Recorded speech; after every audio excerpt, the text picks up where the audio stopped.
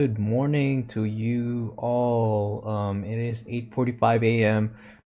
Pacific Standard Time here in California. All right, so first let's take a look at YM. So YM is the futures for Dow Jones. Right now it's below this trend line here, which tells me that there could be more potential downside. If you're trading the Dow Jones futures, you should look at YM or EYM for the micro. I mean MYM for the micro. So this one is the Dow Jones ETF. So you guys can see it is below this.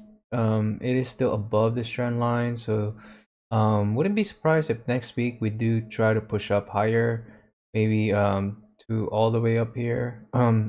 We did retest this area here, try to get back above, but couldn't. So this is still bearish consolidation. A little bit on the upsloping side, maybe this will form double top. But if this rolls over next week, it doesn't hurt to actually get some exposure here. If you're a little bit on the bearish side, so you could do that by going on BTCC. In my opinion, and in my experience, it's much better to get a position on BTCC versus Ninja Trader, because on Ninja Trader, I think it depends on how much money you have in there. But if you don't have very much to start off, then your position could get liquidated by the end of the day. So I think to do that is so you don't get liquidated. I think you have to put your position as good until canceled. So let's see. Well, it's already in the red, so I'm not gonna short this now. This one is still up 0.17%. If we take a look on the hourly time frame to get a closer look, this looks like it's bear flagging. So it doesn't hurt to get some exposure just for next week on this ETF, especially if you believe that this still has some more room to the downside. So if I get 461 put for next week, that would cost me around $460. Um, you could always sell it at a slight loss if it doesn't go your way, and that is fine. So that is it. That is my only position going into next week. It's a light position. I did take some profits from today. It was a great trade today, overnight trade. I made about 800 bucks, over 800 bucks from my trade from yesterday. Basically what I did was I shorted gold and silver. Look at them now. They're down between 2 to 4% right now.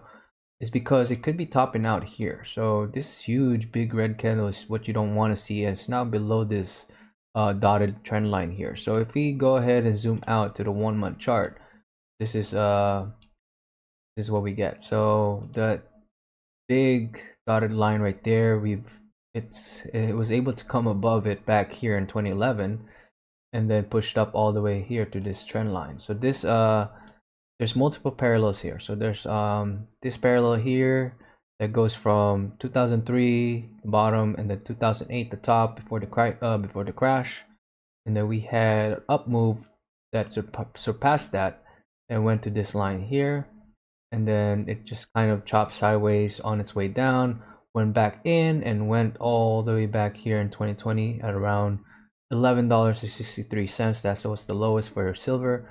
And then from there, it's just been skyrocketing, and we are getting close to that level around 56.61. I would say that would be maximum upside target for this bull run on silver that started in 2020.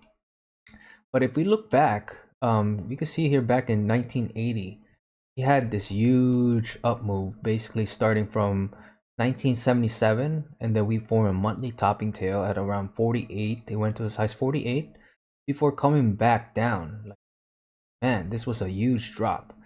So basically this drop from here, from 48 all the way down here to like $3.43, That was a 92.74% drop. Huge drop of silver, huge drop. And every time it goes below this dotted trend line, it could go down 48%, 62% as seen here. And then over here we dropped like how much we dropped from this to 2020, about 35%. So just looking at the technicals here, what always happened whenever, let's say, pull back from this other dotted trend line is you get some sort of 39% pullback, between 39% to 63%. So the pullback may just be starting. I would be looking to pick up more silver, whether it's an ETF or physical commodities, at around 34.85 or $35 even number. So I exited my shorts for the time being because who knows what could happen on the over the weekend. This could still spike up so that I could protect my capital if it does spike up. So yeah, it was a decent day trade, definitely a decent day trade because gold and silver being down 1 to 4%, that's huge. You could, if, depending on your position size, you could be earning like at least 100 or two. Yeah, I from trading the futures, from shorting it on the futures, I earned like maybe 100 overnight. So it was a nice little chunk of change. The ETFs, I mean the put options that I got from yesterday, I just kept buying put options when it was all the way up here. I was like, let's take a look here in the close on the closer view here. So it went up here yesterday. That was Monday, and then went all the way up here yesterday. I was like, yeah, I'm gonna short it here. So I shorted, and then look at it go. Gold, same type of deal, and also yeah, measured move target was definitely reached. So that's why I was pretty confident of shorting it. And if we look back in time as well for gold, let's go look at gold here. It's had about 9 weeks of up move back in the 1979. So we're topping out. I'm not saying that's gonna happen. History doesn't always repeat itself, but it sure does rhyme. So basically right here it had like 1, 2, 3, 4, 5, 6, 7, 8, 9 weeks of up move, and then it even shot up a little bit here, opened up here, gapped up before reversing. That was like a 21% move to the downside right there. And the same thing with silver. If you take a look back in 1979, it's also done similar thing. So it had a sideways consolidation. It had a 1, 2, 3, 4, 5, 6, 7, 8, 9 weeks of up move, and look at where it's now. So we go back to present time. This is where it's at right now. So it basically went from this, starting here in August 18, 1, 2, 3, 4, 5, 6, 7, 8, 9. Is it 9 to, yeah, that's right, 9. So now it's reversing. We'll see what happens next week. This could actually maybe gap up. So I did buy some shares of this in case it has some more room to run. Exited my shorts already, and then I will just re-short it if it goes up here again. All right, and then let's go take a look at the Magnificent Sevens, how they're doing right now. Some Magnificent Sevens on the daily chart. This is Tesla right here. So Tesla basically just chopping sideways. So it's had this massive red engulfing candle right here on October 2, and then went down, came up, went down, came up a little bit, went down, and then now it's just chopping sideways. So the longer this goes on, the higher the probability this could actually go down some more, maybe another 12% move to the downside. So what you want to do is take that measurement and then put it right here at the line here. This is the trend line that we want to be watching in the nearest term. So if that breaks, then this is going at least to this area over here. So see this pivot high right here. Actually more like this pivot high right here that connects the target for this measured move. Nvidia is still under a lot of pressure right now. Could be because of the trade war with China. Apparently China don't want Nvidia chips, as they are trying to make their own. Aside from the fact that they are cutting rare earth exports to the United States. Um, so that's why this is getting some reaction from that. Other than that, Microsoft, this is a no touch right now. If it was to go up here, then maybe I'll pull the trigger on a short. Right now it's neither at resistance nor support. Support would be down here at the midline of the channel. Meta is hammering on support. This is actually concerning just based on the recent move it's had since September 19th. So down move and this sideways action is not good. That usually resolves itself by going down some more. So if we take this measurement and then see where that could take us, it actually could take us to like this gap window, also pivot top right here. So this would be the level to watch for Meta in the coming weeks, coming days. Let's go ahead and move that down. There you go. All right, so now let's take a look at Google. Google is also no touch. It's neither at resistance or support. Support would be this upsloping trend line over here, and we just gotta watch that closely. If that breaks, then Google could be going to the gap fill all the way to 213 right here. Amazon is down 1.12%. It had a breakdown. You notice how it traded sideways just right below this trend line right here after broken below, and then look at that big red candle go. Now it's kind of going lower. This area right here is kind of serving as a minor support at this time. It has been hit way too many times, so I don't trust it one bit. So if we were to take a look at like more of a swing tradable support, would probably be right in this area right here. So this is gap fill on the weekly chart. If we also drag it across these guys here, then you get first hit here for both when it was resistance. No, this was when it was still resistance. It hit it here and it went down. So that's first hit for both sides. The second hit here, third hit, and then broke out, made it support for a little bit. Second hit, went down again. Fourth hit, came up, and then this would be technically third hit. So 193 or 194 would be a good level to watch for Amazon if you're trying to go long or trying to pick up some Amazon. And then this is Apple right now. Apple had a huge weekly candle last week, engulfing pretty much both of these candles from 2 weeks. I mean, 2 weeks worth of candle being engulfed by 1 week of candle. That's not really something you want to be seeing. And then if we zoom into the daily chart, it's now forming a bear flag. So I'm gonna short Apple if it gets up to 251 today. If not, maybe next week it'll get up here. If it gaps up, then this bear flag is crossed off the table, meaning it's invalidated if it gaps up.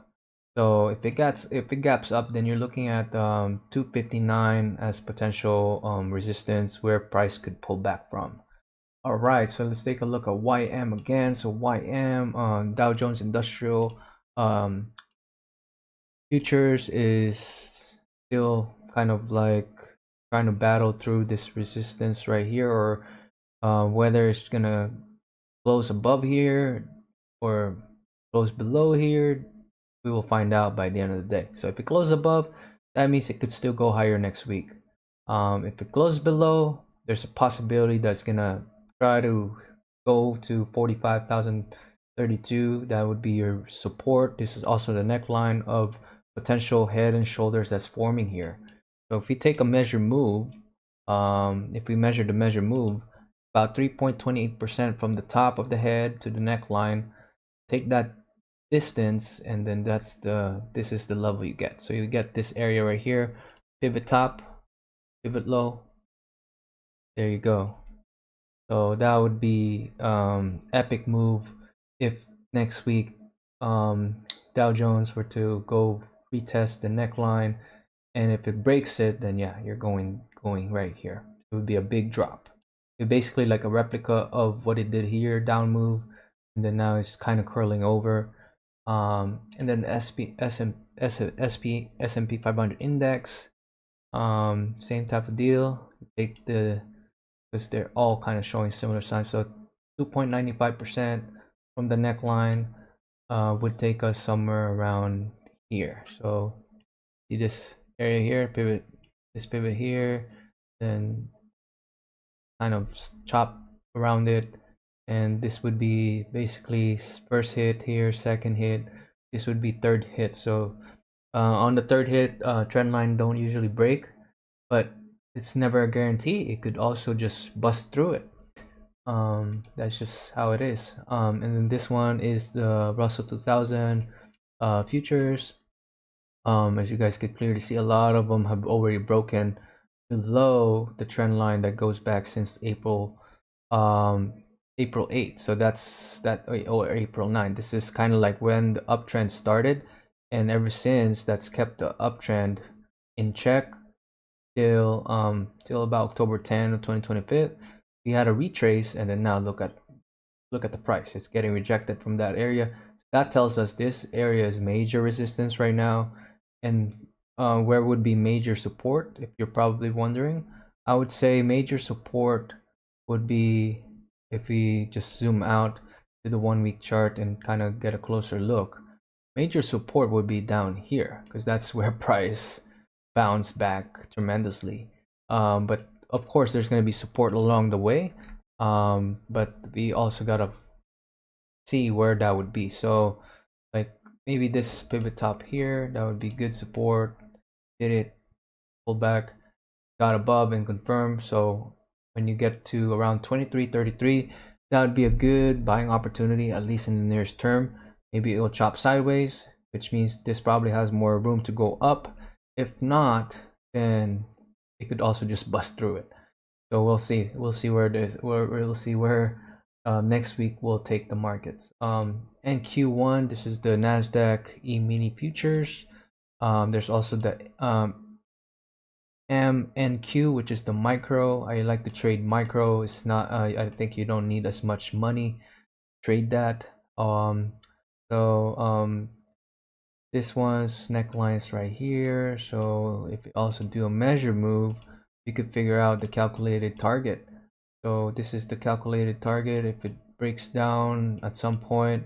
Otherwise, this could just go here to 25,187, followed by 25,261 by next week. But yeah, if this does retest this neckline and starts chopping sideways here next week, then that would be vulnerable for a breakdown. And then we have this pivot low connected through these candles here. So these were the lows here. So basically hit it once. This would be considered first hit right here. I know it just kind of chopped sideways, second hit, and this would be third hit. So this would be a good area to buy, followed by previous all-time high. So previous all-time high is somewhere right in this vicinity, so not that far away from that target. Then we have the IWM for the Russell 2000. This is if you're trying to trade the ETF, you could get into some IWM. It is down right now, but I would not personally enter here. I would wait patiently and stay disciplined to buy at a reasonable price. So if it were to go down here at this support, this used to be resistance. So now if we come back here at 230.63, then there's a possibility that this could bounce. How high it could bounce? Maybe at least to retesting previous all-time high before potentially pulling back. So I would go long here. I would show a short up here. That's just how it is. And then ES right here, this is the futures for the S&P. If you're trading the micro, you should be trading MES. So we'll also do a measure move calculation here. So drag it from the top of the head to the neckline, put it on the neckline below the neckline to find the measure move target. It would be somewhere probably around here. This is like the only area I'm seeing where it could potentially bounce from, since it's only hit it a few times. So somewhere around 62.48 or 62.50, followed by a previous all-time high from last year. This should be technical support if it does go there again. It retested that, but if that breaks, man, we could be going here and then here, and then eventually probably this area here around 653.30 or something like that in the next few weeks or few months. All right, so now the DXY. So DXY is looking like it still has more room to run. Maybe the inverse head and shoulders is not invalidated just yet. But if this confirms, if this goes below 98 and goes lower next week, then this inverse head and shoulders crossed off the table, meaning it's invalidated, meaning it's probably not gonna go higher, at least in the nearest term. But right now, there's a chance that this could still go higher. And if you take a look at the US 10-year yield, US 10-year yield is trying to get a bounce, but this is still unconfirmed breakdown. I know it went below and now it's trying to get back above into this trend line here. So if this gets back above and this trend line closes above the trend line by end of the day, sometime at 1 p.m., that's when the market closed, then there's a possibility this is just gonna rally back up. Otherwise, this is vulnerable for more downside, probably to around this area of support right here around 3.88.7% down to 3.865%. All right, guys. I know we haven't checked Bitcoin yet, but let's go take a look at Bitcoin. So Bitcoin is also looking vulnerable right now because it already triggered the neckline, head and shoulders neckline, and now it's looking like it's trying to get a bounce. It did go as low as 103,521, which was these areas right here. But then at some point, if it retraces back there again, there's a high chance that it's gonna go lower. This area starting at 98,000 would be good area of accumulation, good area to buy Bitcoin, followed by 95,500. And if it keeps going lower, yeah, this would be major swing tradable area at around 90,000 to like 80,000. So that would be a good area to watch. You guys could also see this was also pivot highs here before the breakout. So this would be a breakout, the breakout point or retrace of the breakout point. But if this area breaks, then watch out below. This could go lower, like maybe to as low as 68,000 really fast. So those are your levels for Bitcoin that you should be keeping an eye on. Other than that, there may be a trade today, so I'm gonna go ahead and look for some trades. Tesla might be a good trade actually. So if you're trying to short something today, you could probably short Tesla just for for next week maybe. So I'm probably just gonna grab one on my BTCC account right now, and set my stop loss. Set my stop loss at set my stop loss at 441, 441.35. So I'm only risking $3 on this trade. But then if this plays out, then you could be headed to the gap fill right here, or at least this upsloping trend line. So around 378, and that would be a $60 gain just for getting this trade right. If not, then it stops out. Worst case scenario, you only lose $3. Nvidia is nowhere near area of resistance because these two candles right here, that is something I'm eyeing for next week. Maybe it doesn't get there today, or maybe it does push up there today, in which case it doesn't hurt to set a limit order so you don't have to constantly monitor the market. So if you have your levels already, that's what makes it so easy to just kind of like maneuver the market. Is you have your levels, you know where resistance is, you know where support is, then you just set your limit order, and if it does go there, it will automatically trigger, and you don't miss out on the trade. So 184, 185 would be stop loss actually. I would actually want to get in maybe somewhere 184. So 184 with stop loss at around 185. And then I'm only gonna grab maybe two of these guys for now. Just a starter position. And if this does play out to the downside, let me see here. You have a measure move target of about 9%. So 9%, take that distance and yeah, line it up here. This would be the level to watch. Oh, actually no, right here. So this would be level to watch right here. So it's clearly bear flagging. And then yeah, this line right here around 165, that would be the target for Nvidia if it plays out. So right now I'm not going to short this, because if it does push up some more, at least your limit order would get triggered, and then you don't have to lose as much. And then if it does get back above this line here, then there's a possibility next week it could go up as easily to maybe gap fill 187.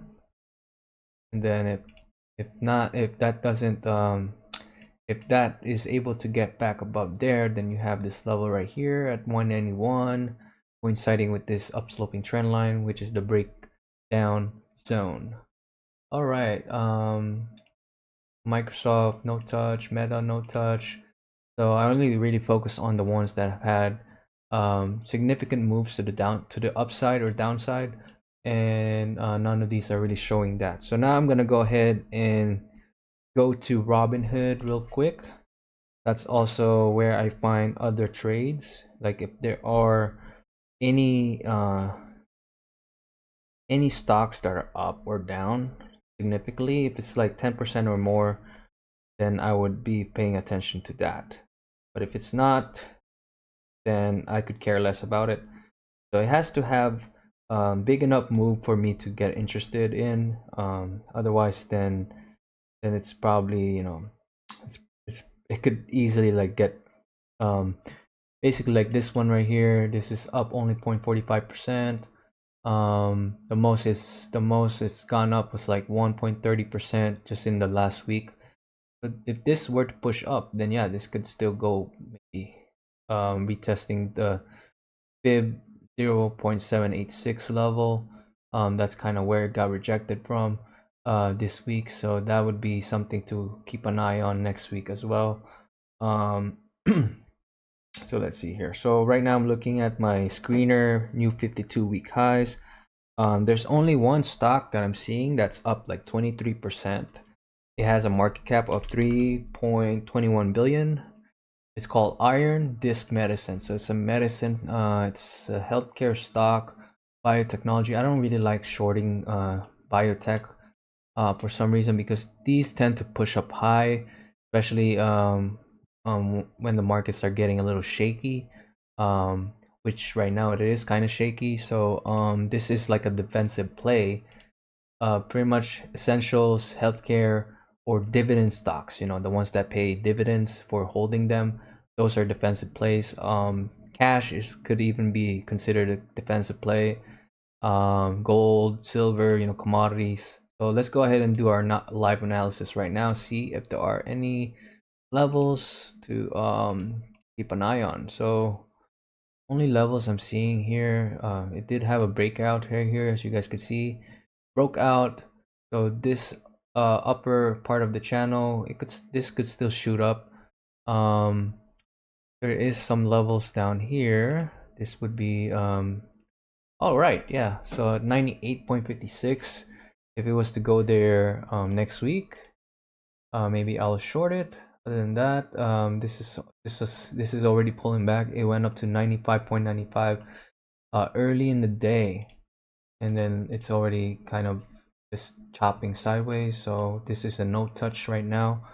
Let's see what else. So there is some other stocks here, but they are only up like 3% right now. So now let's go take a look at what's down then. So stocks that we may be able to pick up for the long side. So what we got? I'm seeing like stocks that are down 36%, but these are small caps, micro caps, which I could care less about. There's SOC down 10.98%. So SOC, what is SOC? SOC is Sable Offshore Corporation. If we zoom out to the 1 month to get a bigger picture, what's going on? This is an energy play. Energy is kind of hot right now. Just because of the data centers that they're trying to roll out here. So energy costs are for sure gonna rise because of how much these AI data centers are using for energy. But this thing is getting beaten down. So let's just take a look where potential support levels are right now. So if we are on a weekly chart, this is also going into oversold territory. This area right here was resistance at some point. Trying to get an accurate reading. So this how much is 11.69 per share. This here, drag it up all the way up, all-time high. And if we do a trend line here, that is some support there, as you guys could see. Support, hit it once, twice, went down, retest, broke out. So this is, I would probably look into buying this as a quick trade, maybe just for next week. It is not that pricey. It's only 145 bucks to get like one call option. So it's 11.67 right now. I mean, if this does go up, potential target you're looking for this would probably be all the way at 13.78. So that would be a 17% gain. There's also a $12 call option. So if this does pump from here, at least you have some exposure if you get the $12 call option, which is only $95.04. So I'd probably start off with that just to get myself some exposure, excuse me, to the upside. All right, so now let's go ahead and take a look at some more stocks. So now there's really not that much anymore. There's only like now I'm only seeing like 4% down, and I'm not very interested into that. So now the ones that with the highest dividend yield, let's go ahead and take a look at that real quick. So the ones with the highest dividend yield right now, with a decent market cap and are decently down for the day, I am looking into that right now. So far I found PSEC. This one has been kind of like on my radar. Prospect Capital, even though there's some credit crisis going on, like some banks I think are starting to report that they don't have any money, they lost a lot of money or something like that. It's because they are putting a lot of their money into risk assets and not disclosing it. There's no transparency. So this one, all I could say is it's on a downtrend, and we're just connecting the lows with the parallel channel, connecting the highs here. So this one have room to run, but just keeping in the back of my mind about the credit crisis is going on. So this one is offering 19.49% dividends, and it only costs $2.74. So this definitely could bump. I would not short something that's at all-time lows. But this was the breakdown point from 2020. So this could potentially, if this was to pump, this could potentially go there. But just watch out. Watch $2.58. That is your line in the sand. If that breaks, then this is going lower. Depending on where the stock market could be headed. next week. So this one I would probably grab this for like a multi-month swing trade. So if this was to bounce from here, let's say it goes down to even $2.50, you could be looking at least 43% gain. And if we do our technical analysis, like to see how much this thing has bounced every time we hit this area, um, it's bounced about 100%, over 100% in the past. So back in 2008, um, when it topped out, so if we even drag this all the way up here, connecting these highs here and then low here, get a bigger picture. Go. Yeah, there you go. So this thing has bounced about 127%. And what else? We could also probably get a secondary trend line from here to here. Yeah, there you go. So this from here, this has bounced about 116%. Then if we take another trend line connecting these lows here, let's see, lows. So how much has this bounced from here? So this has bounced about 61%. From this area here, this bounced like 83%. And then from here, bounced like 151%. So there's a high chance this could bounce, especially if the market does have a little bit more room to run. So I'm gonna get at least 100 shares of this. Since it's not that far away from all-time lows. 257 is the price to watch. So you could also get like a call option if this was to bounce. So as you guys could see in the past, this thing usually takes maybe a few months. So basically from here in March 2 2009, and then topping out here in January 4 2010. So about I would say about at least a year. So at least a year from now, so 1017, let's see here, 1017 till about maybe January 15 in 2027. Yeah, it doesn't it doesn't cost very much to get a call option for 2027. It's like $45 only for basically one call option. So I'll probably start with just one for now, because I'm still kind of like unsure whether this thing is going to continue going down. But this is beaten down, guys. So basically it's had 1 2 3 4 5 6 7 8 months downtrend, guys. So keep that in mind. And then it's offering a 19.49% dividend yield, even though it's kind of like on the lower end or the higher end for small caps, lower end for mid cap. All right, so what else do we have here?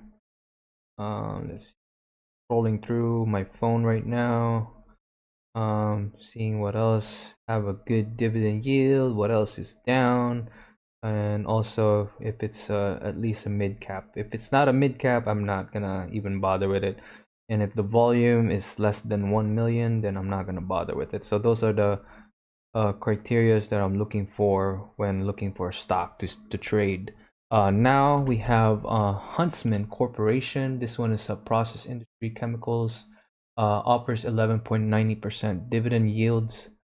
This is also beaten down at levels we haven't seen since 2015. So if we drag this up, last month, since this month is not yet over, this month don't really count, but we have these levels right here to watch. So this level here, pivot low, pivot top, breakout, then that pivot low right here, pivot low right here. So getting close. But if we zoom in to the 1 week chart, getting close to the 741 level, but it's not yet there. I don't know if this is gonna bounce from here, but yeah, these other levels has been hit many times. I don't trust them.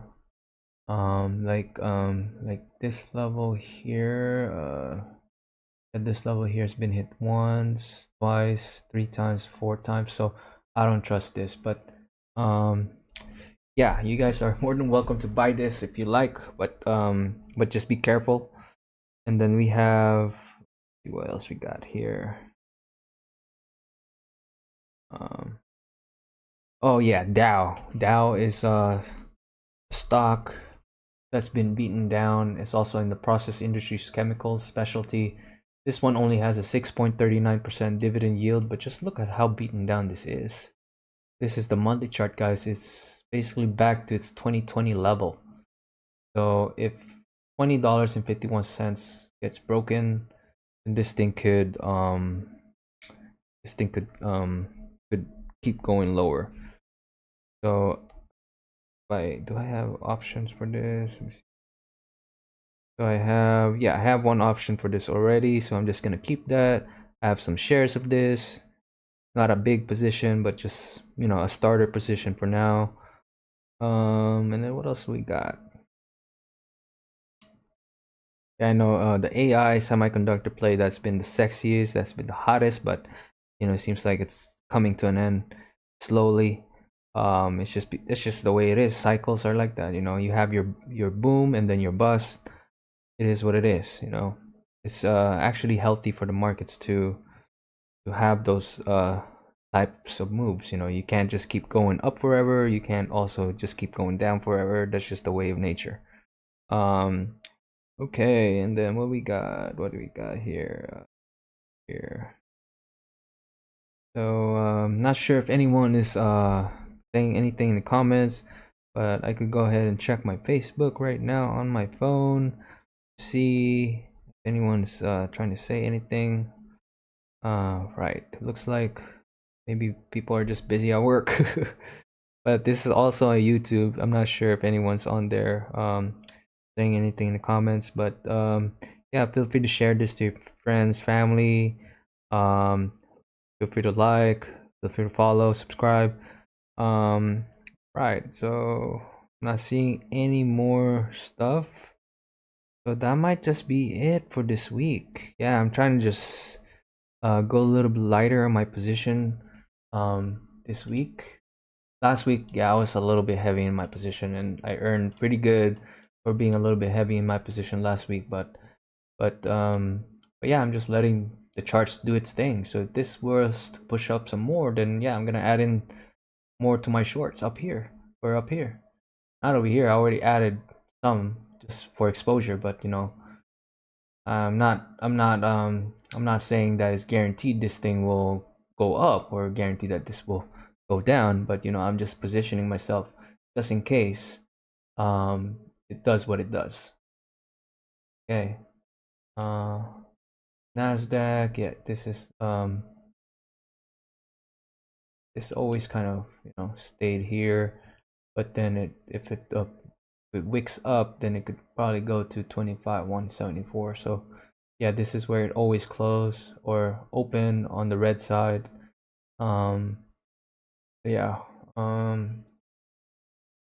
Oh yeah, if you're trading the ETF, then you go into QQQ. Yeah, the Q. Yeah, I don't think that's I think this is a sec. I'm just gonna leave this one alone for now.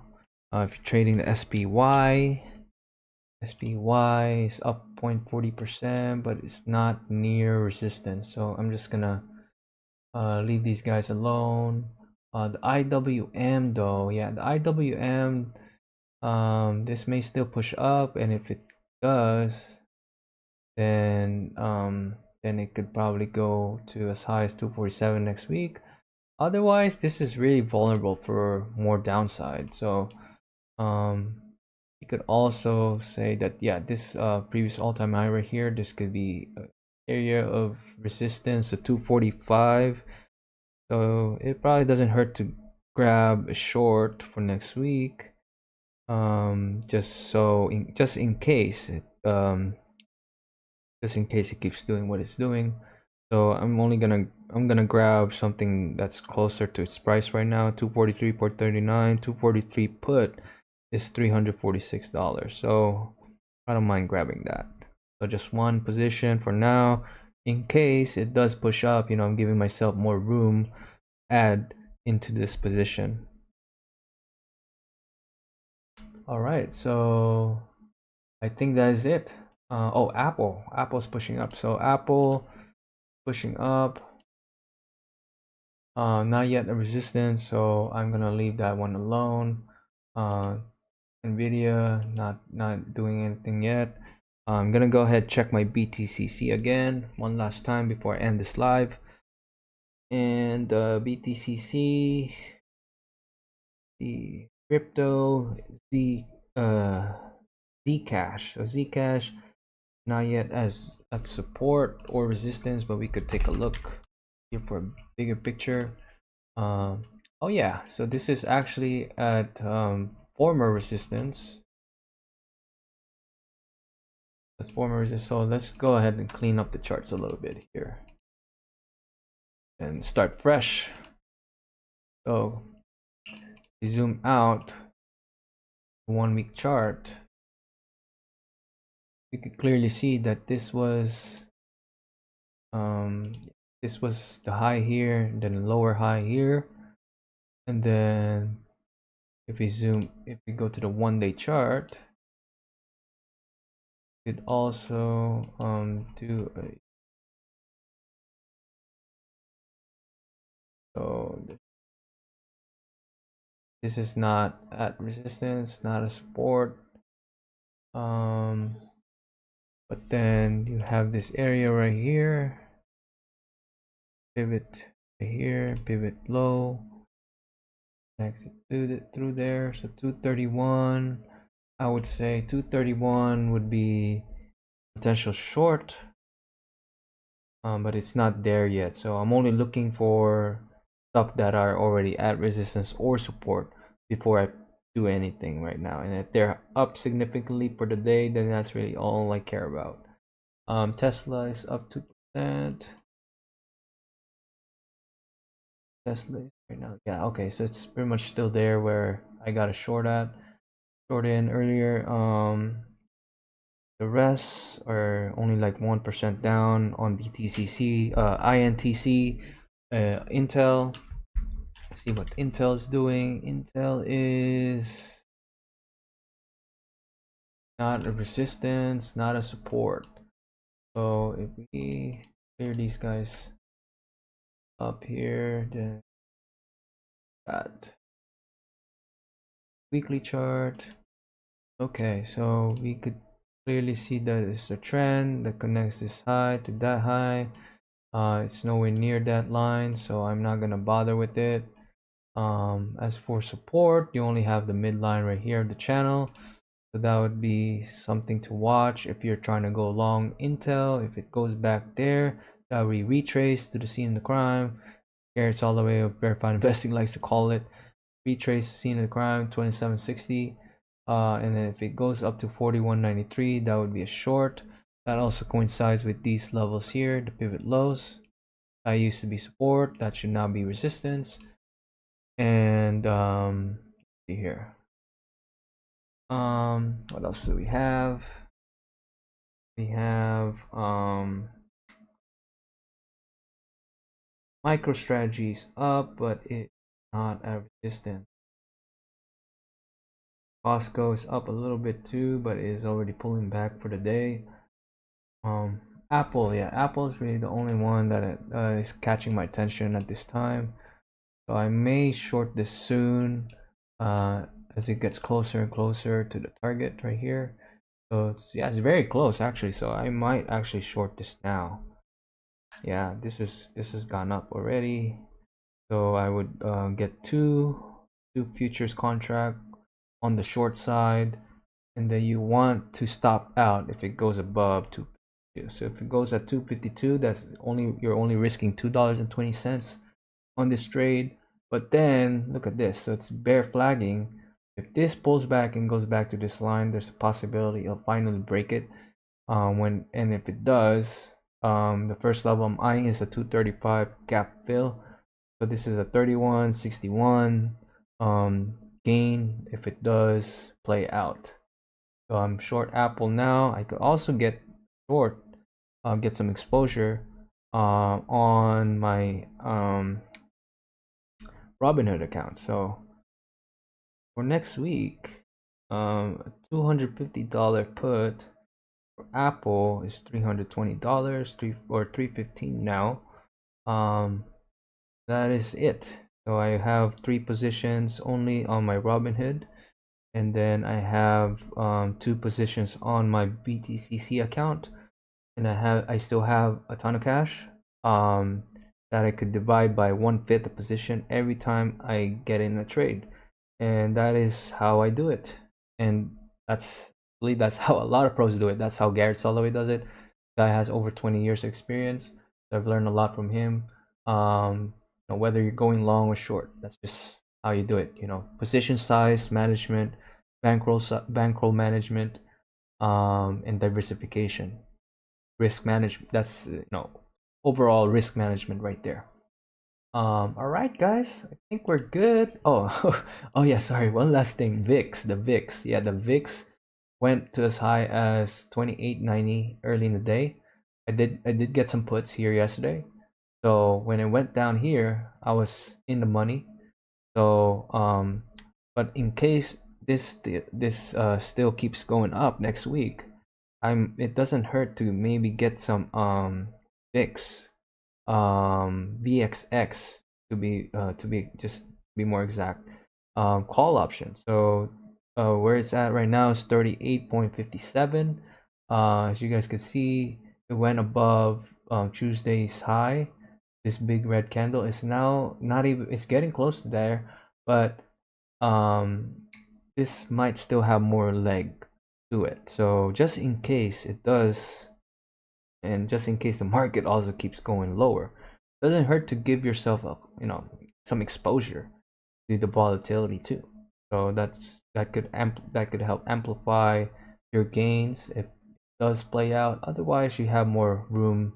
Yeah, it could have more room to go down. So maybe like right here at 21.68. If we look at VXX, then you have a better picture. So kind of like the VIX, right? So right here at 37.87, that would be the area to watch. Yeah, I know this is a little messy. Let me just clean this up real quick. So let's clean this up. Have yeah, these guys. So if we zoom out to the 3-month chart, there you go. It looks a little bit more more clear. So this connecting the highs here, then the lows there. Zoom into the 1-week chart.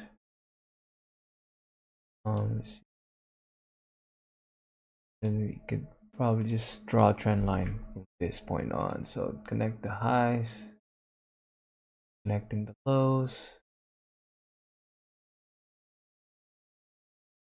Low right now is kind of like here, and there you go. So it is above the midline.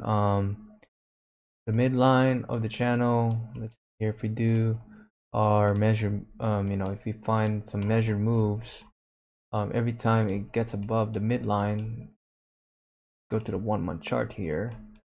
Every time it gets above the midline, the kind of move we get is about 180% on that one. On this one, let's see here, about 64%. Right here, 268.77%. One right here got like a 81.51%. Then from this one here, got about 72%, 73%, or 76%. So there you go. So we are above that for this month and for this week. We'll see what it does next week. So I'm curious whether or not this is gonna be able to break out, maybe gap up here, depending on what kind of stuff happens over the weekend. So it's just good to be prepared. It is pulling back. So another another area to go long on is around 37.04. All right, so there goes my long and short positions. And then gold is yeah, pulling back at these areas here. This may be a good level to go long in, but GDX is a minor stock. DX right here is pulling back from this level. When this pulled back from this level, as you guys could see, it could pull back 28%. Could also pull back like 41%, or all the way down here, about 54%. So between 28 to 54% pullback can happen from here, but I'm not going to short this now because this is already down significantly for the day. So if this was to rally up again here next week, then maybe I will. But we could also find let's see here, trend line, how vertical the move is here. So if we were to find a trend line here, you connect this low and then these lows here, that's the first. Then you have this trend line here, and then the midline is right here. Yeah, I would not go long here. Maybe if it gets down here, that would be an area for me to go long, somewhere around 54, 51. But if this is topping out, then it really doesn't hurt to maybe get some exposure to the downside. So do that. You just grab some GDX, already down 7%, while gold's only down 2.57%. But depending on gold's price action, gold. So if we take a look at gold 4-hour chart, this may bounce. So this was trying to get back up and then use this support. So actually might get a long position for this. Here. If I get a long position here, yeah, it still kind of doesn't make sense to go long when it's only started going down. But I may get a put option for $77 in case it still keeps going down. So that's about $187 for some exposure. Silver, on the other hand, is also pulling back sharply. This is not confirmed yet, I don't think, because it went up, went down, used that support, went up again, and then now it's down. If we zoom out to the weekly chart, that's how it looks. It almost looks like a topping tail, and today's the last day of the week. So yeah, I'd be very careful going long at these valuations, especially if the breakout is not yet confirmed. Yeah, be very careful, guys. So I actually still have a put option for oh shoot, I'm looking at GDX. So SLV would be the ETF for silver if you're trying to short silver or go long silver. So at this area right here, this is always the area where price got rejected. So it's only been the second hit. So who am I to say that it's not gonna fully get rejected from these valuations? And pretty much overbought in multiple time frames. One day still kind of overbought, 1 week very overbought, above 70s at 85.63, 82 on the monthly. So month, we still have about 2 weeks left for the month. So this could still maybe try to retrace back to 48 before potentially going lower. But get some exposure on this. It's at around 46.57 right now, so I'm probably just gonna get a put option for 46.5 just in case. So that's only 147. Get that. All right, so that is it for the week. Thank you guys for watching. I hope you learned a thing or two about how to manage your positions, how to manage your bankroll, and how to position size and all that. Thank you guys, and